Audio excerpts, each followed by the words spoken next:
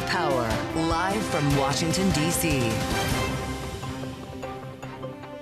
From Bloomberg's Washington, D.C. studios to our TV and radio audiences worldwide, welcome to Balance of Power. I'm Joe Matthew.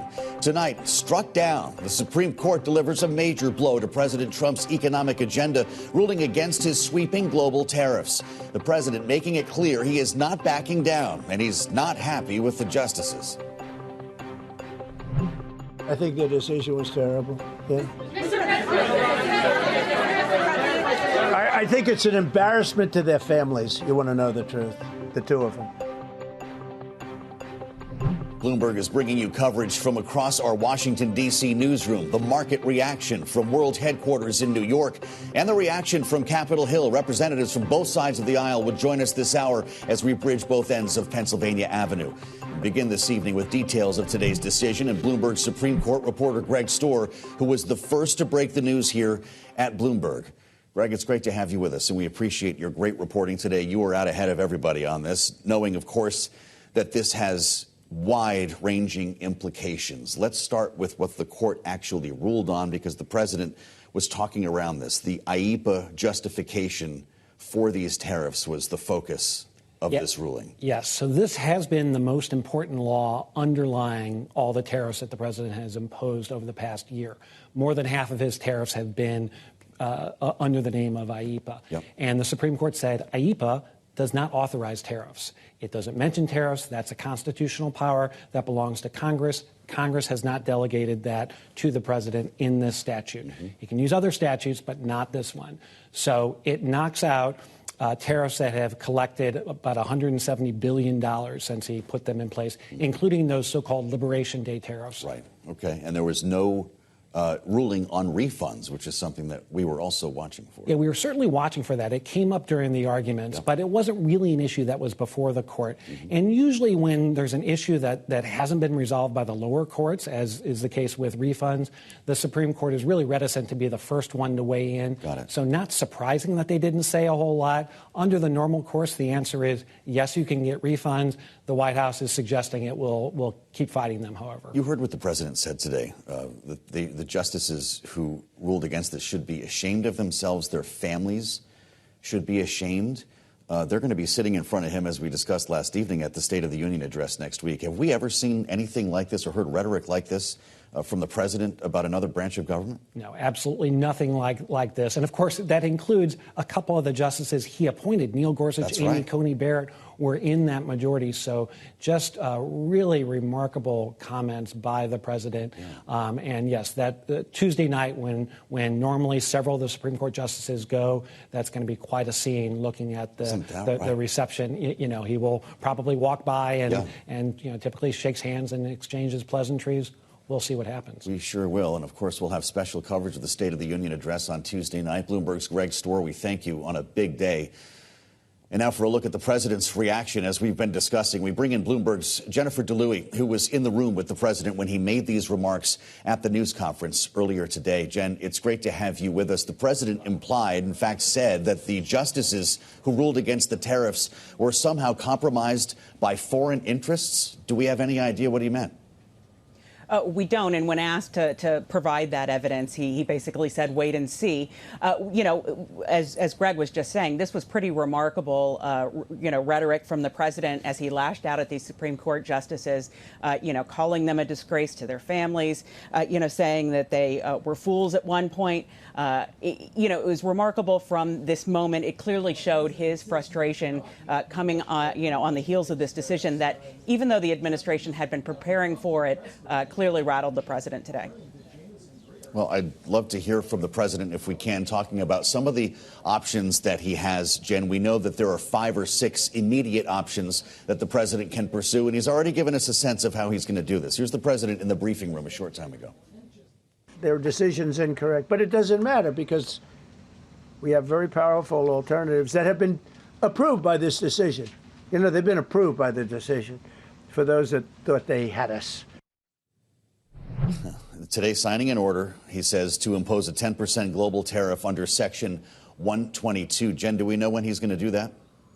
We are expecting that very, very soon. The president himself said that that would take effect within 3 days. One important thing to note about, Section 122 is that, like all of these alternative approaches for the president, it's not fit for purpose. It doesn't look the same as the IEEPA tariffs. In fact, he's saying it'll be 10%. It can only last for 150 days before it can be extended with congressional approval. So this is, a short-term measure. And the president, of course, was talking about also launching other investigations to impose tariffs under Section 301 as well. Jeanne, thank you so much. Bloomberg's Jennifer DeLuey reporting live from the White House, North Lawn. We thank you. As we now add the voice of Republican Congressman Marlin Stutzman of Indiana, who serves on both the House Financial Services Committee and the House Budget Committee. Congressman, it's good to see you, and I appreciate your jumping on with us this evening. Is this good news today? Is this ruling good news for farmers and consumers in your state? No, Joe, I don't think that it is. I think that, this really is, it is a setback for the long term.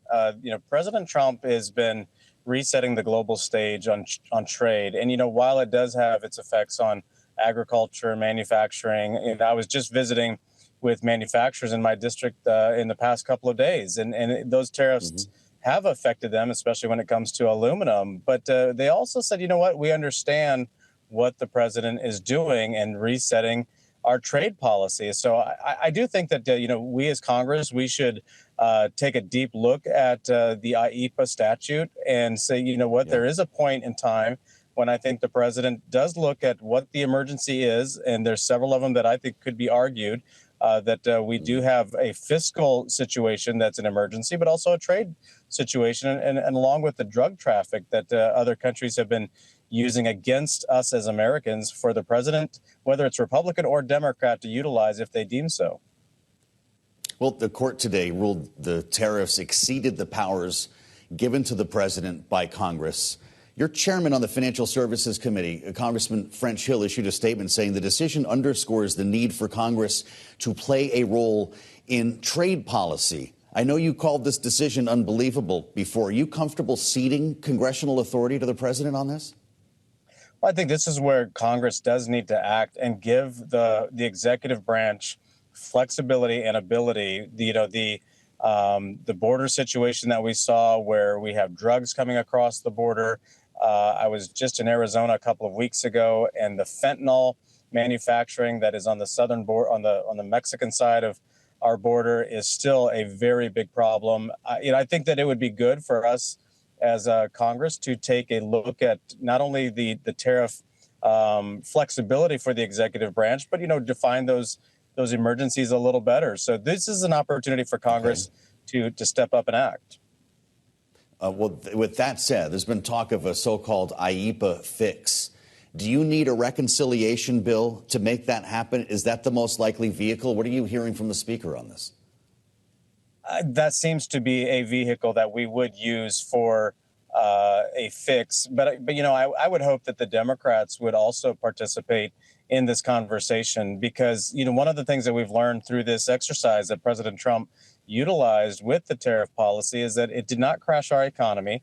I would argue that, as coming from the business world, that, while it may have an effect, it is not a direct tax on the American people. That cost is absorbed by other countries more than what the American people would absorb. And so I think there needs to be a broader conversation about those.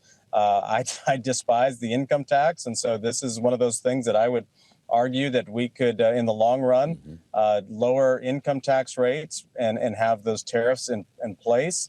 But again, when you have a president that feels like he needs to utilize that tool, I think that Republicans and Democrats should come together, and knowing that, it's not going to be just President Trump that utilizes it. It's going to be a Democrat president someday that feels like they may need it as well. Well, it's interesting, as we heard from Justice Gorsuch today, for those who think, he said, it is important for the nation to impose more tariffs. I understand today's decision will be disappointing. He went on to say, all I can offer them is that most major decisions affecting the rights and responsibilities of the American people, including the duty to pay taxes and tariffs, are funneled through the legislative process for a reason. The president today, though, said Congress in this case doesn't matter. Listen to what he said in the briefing room. Are you going to ask Congress to take additional action on tariffs now? No, I don't need to. It's already been approved. I mean, I would ask Congress and probably get it.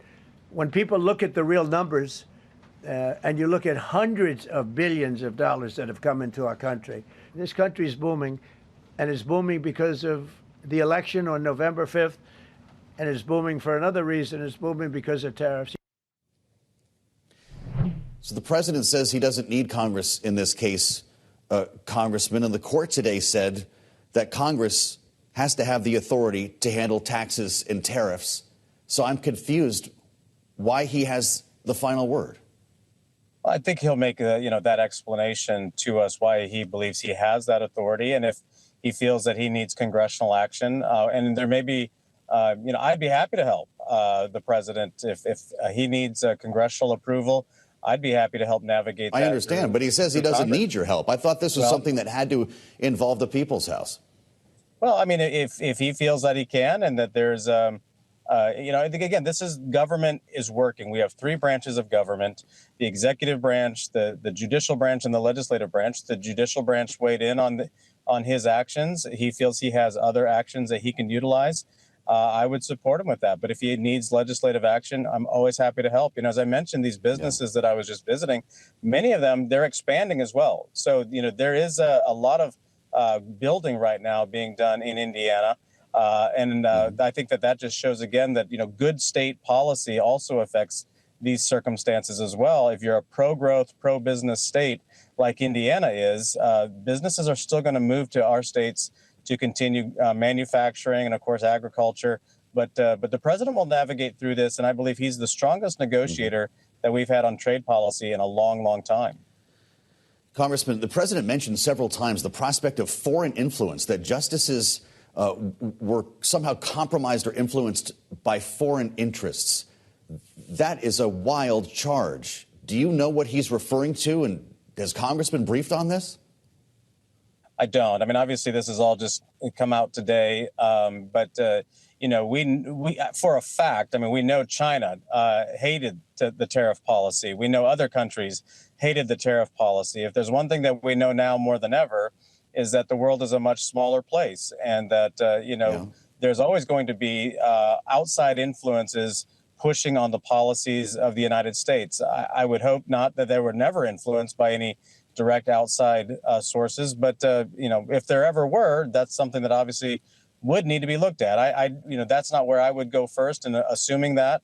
But if there is any sort of evidence that the president would have, I'm sure that he'll reveal that. But I do think that in the long run, in the big picture, we know that other countries did not like the policy that the president was instilling to bring America back to a level playing field. That would be a wild and remarkably important story to learn that China somehow infiltrated the Supreme Court, though. You're not suggesting that, are you?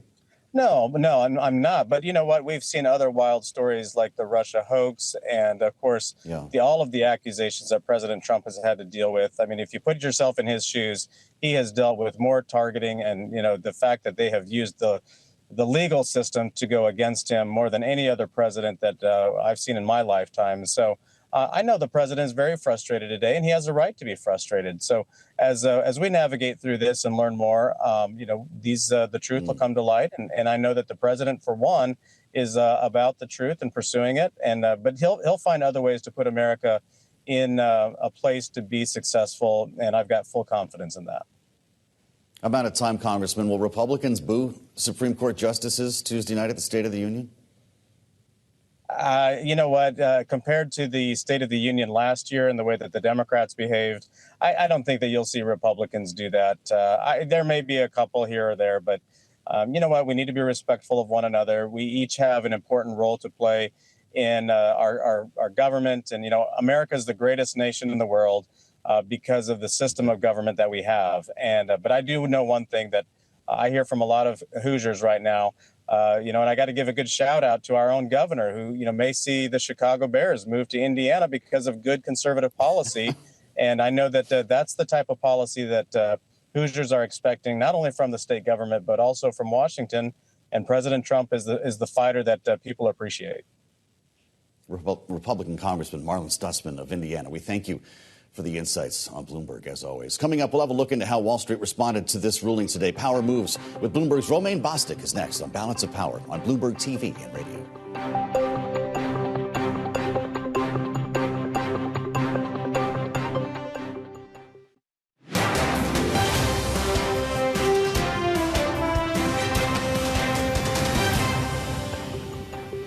the misplaced gloating from Democrats, ill-informed media outlets, and the very people who gutted our industrial base, the court did not rule against President Trump's tariffs.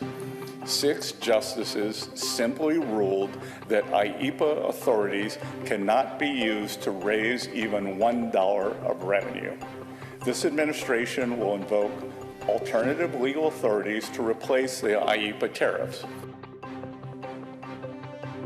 It's on to Plan B. This is Balance of Power on Bloomberg TV and radio. I'm Joe Matthew. The Treasury Secretary there, Scott Bissent, this afternoon at the Economic Club of Dallas, following the Supreme Court ruling. For more on the market reaction to this blockbuster tariff news, we turn to power moves with Bloomberg's Romaine Bostick, who joins us live from World Headquarters in New York. What'd you make of this today? Yeah, I mean, the market doesn't really care about some of the semantics there, certainly not on a legal basis, Joe. Just to be clear here, the market was in the red prior to the announcement of this ruling here. Once they saw it, or at least saw the headlines, they actually punched into the green, actually to the highs of the day. They gave back some of those gains, dipping back into the red, but managed to finish the day back in the green and on the week. A big part of the reason is twofold, Joe. A lot of the tariff impact has already been priced into the market. So what actually happened today? The best upside scenario is that 170 billion plus of revenue in quotation marks that's been collected could end up being returned to some of those companies. That could be a net positive. But of course, you saw the president's press conference. You've seen the reaction publicly from Scott Bissent and other administration officials that they are still going to try to find some workarounds here to keep some of those tariffs in place. But overall, you have to keep in mind that average tariff rate, Joe. We went from 2% or so prior to the president taking office, above 13%. That drops likely, even with the continued imposition of these tariffs, probably back below 10%. And that is a net positive for markets. And that's why you saw some strength. I do want to point out, you saw a lot bigger reaction in some of the overseas markets. In fact, you had the stock 600 in Europe hitting a record high. You had a main ETF that tracks emerging market stocks. That also hit a record high. And my guess is as we move forward, you will start to see those areas benefit more because remember, some of those countries, you're talking about 20, 30, 40% tariffs. If they are indeed going to a baseline 10% across the board, that's higher than where we were a year and a half ago, but it's way lower than where we were coming out of Liberation Day, Joe, just about 10 months ago. Can't believe it's been almost a year. Romaine, thank you so much. Bloomberg's Romaine Bostick on an awfully important day for the market. Following today's decision, the president promising to impose a new 10% tariff on foreign goods in the coming days. Listen. Today, I will sign an order to impose a 10% global tariff under Section 122 over and above our normal tariffs already being charged. And we're also initiating several Section 301 and other investigations to protect our country from unfair trading practices of other countries and companies. For a closer look now at the impact of today's ruling on global trade, we bring in the voice of Susan Schwab, former U.S. trade representative in the George W. Bush administration, now strategic advisor, Mayor Brown. It's great to have you, Susan, back with us here on Bloomberg. I don't know what your thoughts are here on what took place today, and I'm deeply curious to hear the Treasury Secretary in that address to the Economic Club Dallas says it's possible to keep the 2026 tariff take virtually unchanged. Do you see that with the moves that they are now planning to make? Well, I think we're in for a number of months of uncertainty and some chaos, clearly. But ultimately, the secretary's comment that this was not a repudiation of the tariffs, it was a repudiation of the president's use of that particular statute, IEEPA, to raise tariffs. So that impacts some portion of, let's say, roughly half of the tariffs that have been imposed. And the administration has a plan B ready to go. It's not as pretty. It's not as clean. You can't do the across the board after 150 days under Section 122, which the president is going to next, which has to do with balance of payments. He's got 150 days. He can go up to 15%. He's announced he's going to go to 10. He's got some flexibility within that between, 10 and 15 if he chooses to use it. That'll make up some of the difference. But in the meantime, USTR is working on some more Section 301 cases. That's on a country by country basis. They can do that, and they have been doing that and getting ready for it. The Section 232 national security tariffs are in place. There's another statute that is referred to as 338. That is from the 1930 Act, meaning Smoot-Hawley. That has never been tested. That would also involve a process, though, and that's the big difference between IEPA and all of these others. They involve processes and some input from interested parties, including possibly the Congress. Isn't that interesting? We'll see if we get that far. In the meantime, what does this mean for the trade deals that have already been inked with countries having used tariffs to leverage them to the table? Very, very good question. And I think that is a question that the administration has been anticipating from the trading partners. Yeah. And I think some of the trading partners will decide that they are just as well off sticking with the deals that they cut and waiting to see how the administration decides to keep the U.S. tariffs in place. They are worried about uncertainty, obviously, and probably not looking forward to a Section 301 against them that could end up resulting in even higher tariffs than the 10% they negotiated, or the 15% they negotiated, or the 18% or 19% they negotiated. In some cases, there are 301s in place already. There are a couple interesting elements here. IEPA, think about what IEPA was used for primarily, right? The across-the-board tariffs. Mexico, Canada, Brazil, China. Now, China, there's a Section 301 in place already, so the president really has pretty much the authority he needs to do anything he wants vis-a-vis China. Canada and Mexico were entering a very, very delicate time on USMCA. And Brazil, hopefully they'll work that out. I mean, it is waking up in the morning or 3 o'clock in the morning and deciding you want to put a tariff on a country using IEPA is hopefully a thing of the past. But to the extent that there are barriers to U.S. exports and unfair trade practices and discriminatory practices, there are tools in place. But at the end of the day, tariffs are taxes. Well, we just had a conversation with a Republican member of Congress who is already preparing for a potential IEPA fix, as they're calling it, and it might happen in a reconciliation bill. To have an IEPA tariffs fix codified by Congress would be a game changer here, right? If Donald Trump has the votes, does that make the tariff regime SCOTUS proof?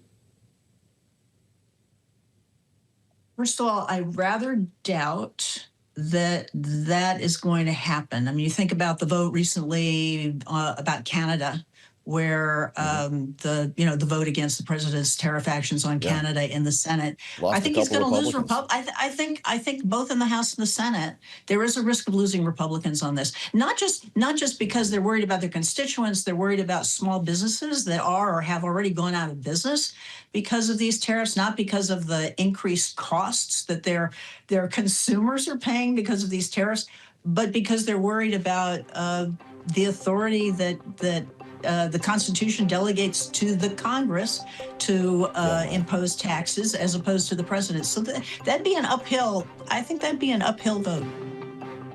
I'm glad you could join us, Susan. Susan Schwab, former U.S. trade rep in the George W. Bush administration. We thank you for bringing your experience to the conversation. And coming up, President Trump considering strikes still against Iran, renewing the debate over war powers. We'll talk to Congressman Gregory Meeks on Bloomberg.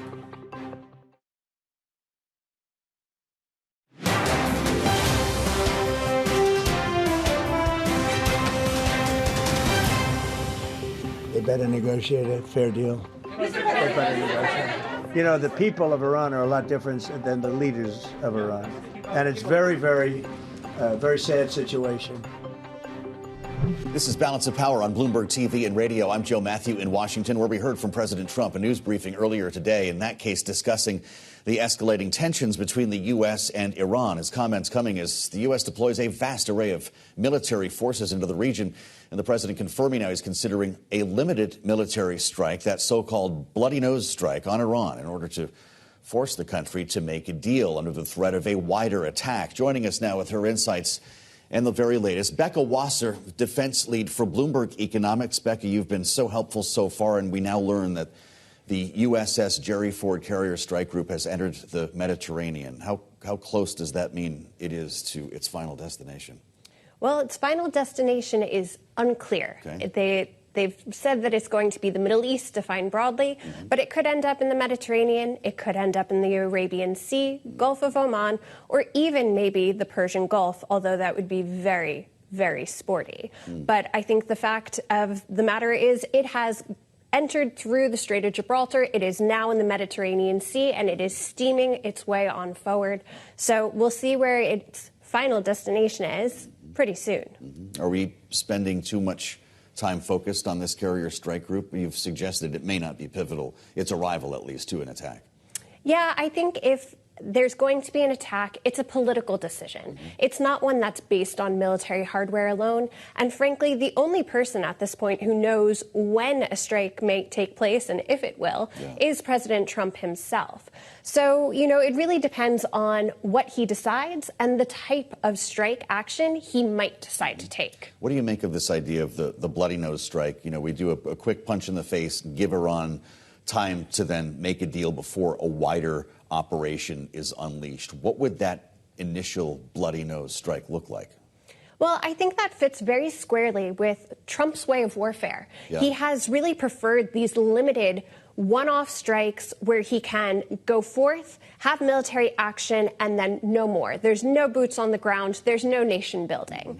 But that being said, this idea of this bloody nose strike really hinges on what Iran does, more so than the U.S. So if Iran were to retaliate, you could see how it could turn into some of these tit-for-tat interactions that actually mire the United States in a much longer conflict than perhaps President Trump would like. Fascinating, Becca. Thank you so much. Becca Wasser leads our defense coverage for Bloomberg Economics. We thank you so much for the insights as we now add the voice of Democratic Congressman Gregory Meeks of New York. He's ranking member on the House Foreign Affairs Committee. He also serves on the House Financial Services Committee. And it's great to have you, Congressman, back in our conversation here on Bloomberg TV and radio. I don't mean to conflate two stories here, but do you believe that Supreme Court ruling on tariffs today makes a strike more or less likely this weekend? Well, look, I don't think that it makes a difference to Donald Trump. I think that clearly that the Supreme Court ruled right, that the tariffs were illegal, something that I had been saying for a long period of time, for over a year when they first were implemented. We could not get a vote on the floor in that regard until last week, where we won one with Canada, and now it's been validated by the Supreme Court.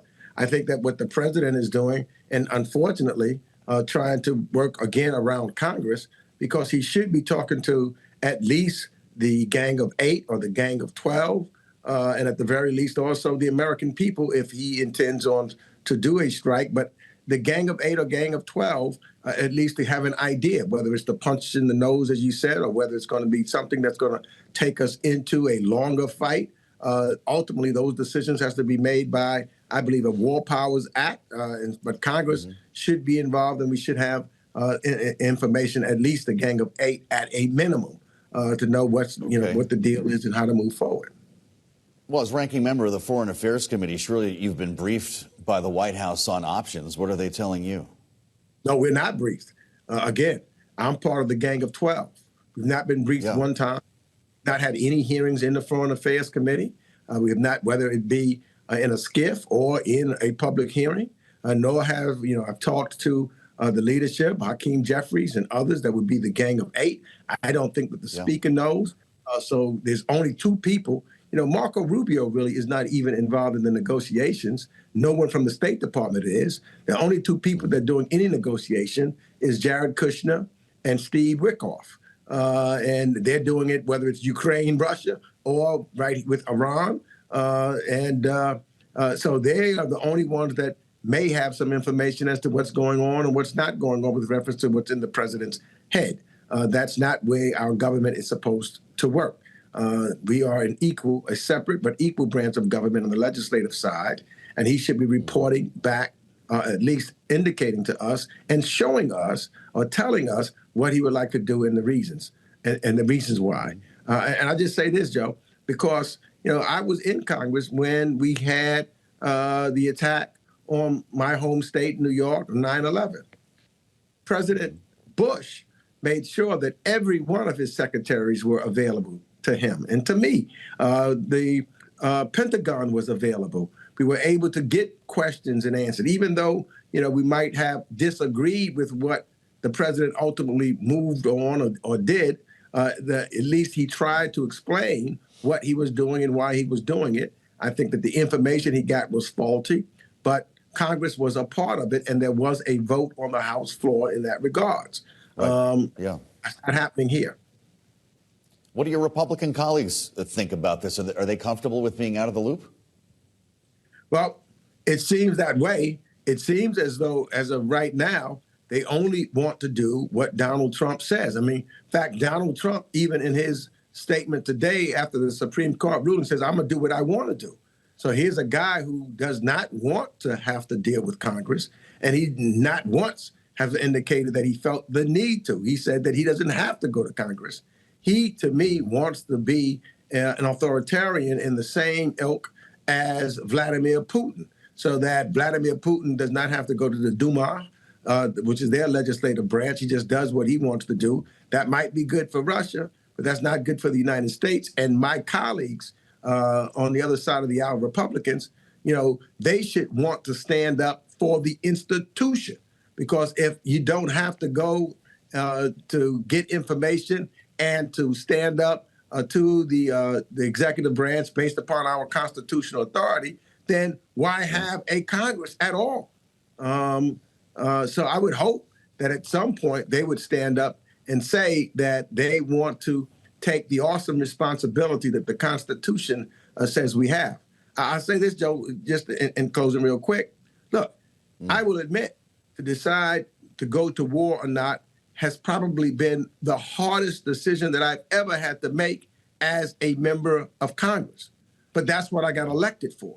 And so therefore, it is my responsibility, right or wrong, to make that decision, to listen, to get it, to oversee the president, and to then be able to vote what I believe is the best thing for the United States of America. I want to ask you about what the president said today following the Supreme Court ruling on tariffs that I referred to. It's been, of course, a huge story throughout the day, and he implied some level of foreign interference, that somehow the justices were compromised by foreign interests. Congressman, here's how he put it.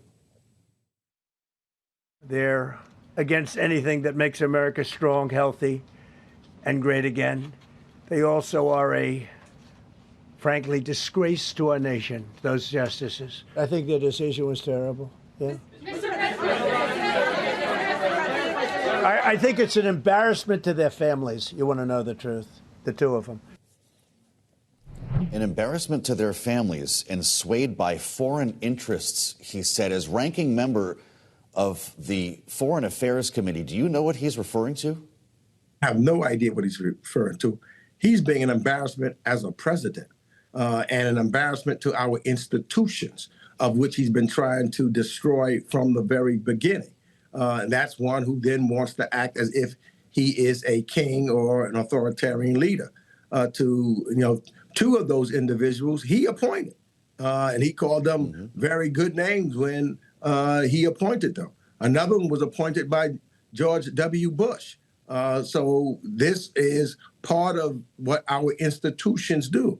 I don't agree with every decision that the Supreme Court makes, but surely I don't say that they are an embarrassment to the country. I may argue against their decision, and I would try to utilize the facts therein, but that's not what he's doing. He is acting like a child with just yelling and screaming in that regard, calling people names. He's actually like a 2-year-old.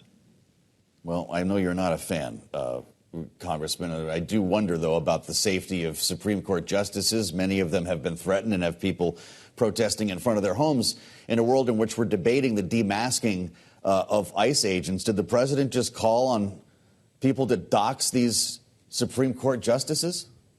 Well, we've seen him do it before. The whole world did on January 6th.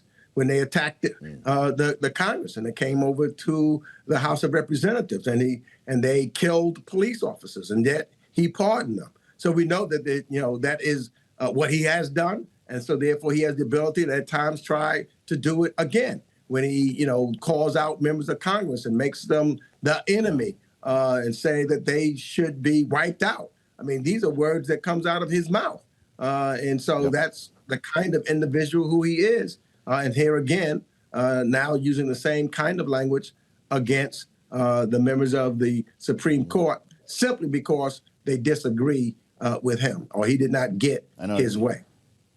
You're focused on his World Liberty Financial, which I know is something that you brought up in a hearing with the Treasury Secretary that turned into a bit of a shouting match. You and 40 other congressional colleagues sent a letter to Scott Bissent urging for a probe into President Trump's cryptocurrency business, the family business, knowing that the so-called spy sheik bought a 49% interest. I think it was $500 billion. Have you gotten any response? Are you getting support from Republican leadership on this? I've got zero response thus far. And we will send a second letter after a certain period of time. We ask for a reply by the 26th of February. So we are waiting till that time. So he has a few more days to see if we get a response. But we just want the OCC to do what its job is. When we have a situation in regards to coins that were being bought, here, I think as a celebrity, because here's people buying the coins because he basically says what they call them is Trump coins, don't know who invested into them. And then you find out it is the UAE. And the UAE is trying to do a deal with the United States of America. And this involves AI chips, which also has an impact on our national security. There is a problem. And the only thing that I asked the secretary to do, will he stop the halt of the approval to do a complete investigation for the national security of our financial system and the national security of our country, which I don't think is too much to ask. It's good to have you back, Congressman. Democrat Gregory Meeks of New York. We thank you, as always, for being with us on Bloomberg.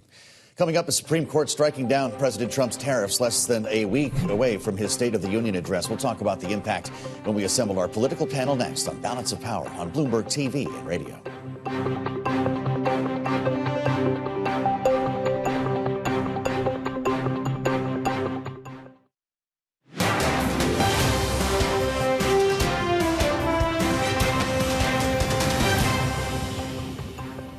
This is Balance of Power on Bloomberg TV and radio. I'm Joe Matthew in Washington. Thanks for joining us. We'll have much more on today's top stories when we assemble our political panel up ahead. First, the stories we're watching in today's Power Brief. President Trump will visit China from March 31st to April 2nd for a high-stakes meeting with President Xi Jinping. The goal is for the two world leaders to navigate a trade relationship and tensions surrounding Taiwan. Trump expecting to return the favor and welcome Xi to Washington later this year, with the Chinese leader expected to attend a G20 meeting in Florida. And President Trump directing federal agencies to release government documents related to aliens. Not that kind. UFO aliens. The president writing in part on social media, based on the tremendous interest shown, I will be directing the Secretary of War and other relevant departments and agencies to begin the process of identifying and releasing government files related to alien and extraterrestrial life, unquote. The announcement coming after President Trump accused President Obama of giving away classified information when he discussed the idea of alien life during a recent podcast appearance. And it was less than a year ago that President Trump signed his reciprocal tariff policies, citing it as one of the most important days in American history. Remember this? In a few moments, I will sign a historic executive order instituting reciprocal tariffs on countries throughout the world. Reciprocal. That means they do it to us and we do it to them. Very simple. Can't get any simpler than that. This is one of the most important days, in my opinion, in American history. Of course, the Supreme Court struck down those very reciprocal tariffs today, undercutting his signature economic policy and delivering his biggest legal defeat since his return to the White House. Joining us now with their reaction on a big day, this evening's political panel, Bloomberg politics contributor, Democratic analyst Jeanne Zaino, democracy visiting fellow at Harvard Kennedy School's Ash Center, alongside Republican strategist Maura Gillespie, founder and principal at Bluestack Strategies. Ladies, welcome. It's great to see you. Jeanne, not everybody thought we'd have such a full-throated opinion from the Supreme Court. Many expected a partial ruling. How about yourself? I am fascinated, in particular, that we had Neil Gorsuch go with the majority and Kavanaugh go with the dissent. I thought was fascinating. You also see a big split on the major questions, doctrine, and it's fascinating because the conservatives have relied on that for so long, and you see the three conservatives in the majority saying, if we need a delegation, Congress has got to make that clear. So the Supreme Court stuff I could just geek out on really all day long. But for Trump, of course, this is a major blow because for the last 50 years, there's nothing he has been more committed to than tariffs. And throughout particularly this last year, he's had them in his pocket to pull out, to use as carrots, as sticks for economic, for foreign policy. All of that now stripped away from him. He can do it in other ways, but it's not going to be quite the same effect. So it's a big day for Trump, and not in a good way. And another reminder, Maura, of where the president's authority stops, and in fact, where the authority of Congress begins on this matter. How will Republican members of Congress react to this when President Trump asks them, for instance, to follow up in reconciliation with an IEEPA fix or to somehow otherwise codify this new 10% tariff into law? Republicans should be thrilled by the Supreme Court's decision. It gives them back their power that they more or less let the president get away with for some time here. And also, this is the president's own making. You know, he used that IEEPA law you mentioned, but then went on to say that this is about leveling the playing field. Well, IEEPA says that it's for, regulating commerce when it's a national emergency based on foreign threats. So is it leveling the playing field, or is it because there's a threat? And if it's a threat, remember on Liberation Day, he mentioned places like Heard Islands and and McDonald Island, which the inhabitants there are penguins and seals. So imposing a 10% tariff on them, what's the threat there? I think that Republicans have an out now. They can say that we don't stand for taxing the American people like this. And also, it's a constitutional role that Congress maintains and has. And there's a reason for that. So this really does give them the opportunity to separate themselves from President Trump's tariff policies that they really don't and can't support, given the fact that as Republicans, it's not something that they would normally do so with. I want you both to listen to the words that the president used in relating to or referring to the justices. He was asked in the White House briefing room for his reaction to those who moved against the tariff policy, including those he appointed. Listen to what he said. I think the decision was terrible. Yeah. I think it's an embarrassment to their families. You want to know the truth, the two of them. An embarrassment to their family. We're bringing their families into the matter here. He also said that they were potentially compromised by foreign interests. Are we going to see these justices targeted? I think it is a real concern. We understand he was using very choice language when he first heard about the decision. We know this, cuts very deep with the president.